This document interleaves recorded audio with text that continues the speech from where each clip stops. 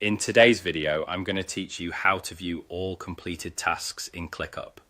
If you manage projects in ClickUp, there are plenty of moments when you need a clear snapshot of what's already finished, whether you're reporting progress, checking off milestones, or just keeping your workspace tidy.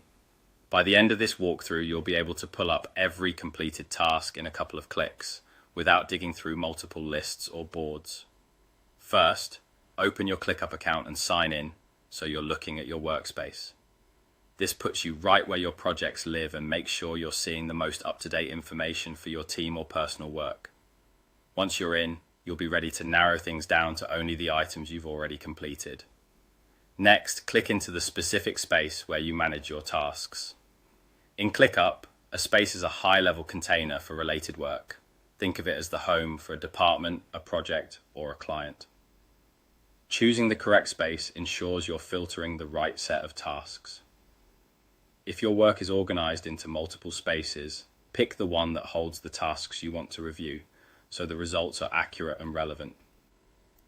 Inside that space, look toward the top of your task view for the filter option. Click Filter, then choose Status.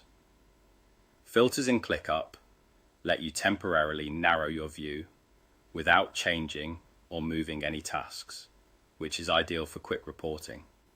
Selecting Status tells ClickUp you only want to see tasks that match specific workflow states.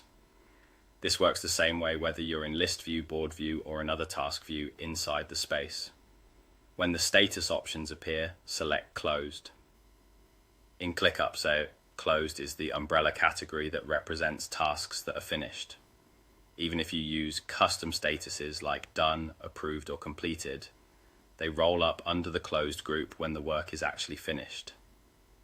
Choosing Closed ensures you capture every task that's been marked complete across your workflow. Finally, click Confirm to apply the filter. Your view will refresh and display only the complete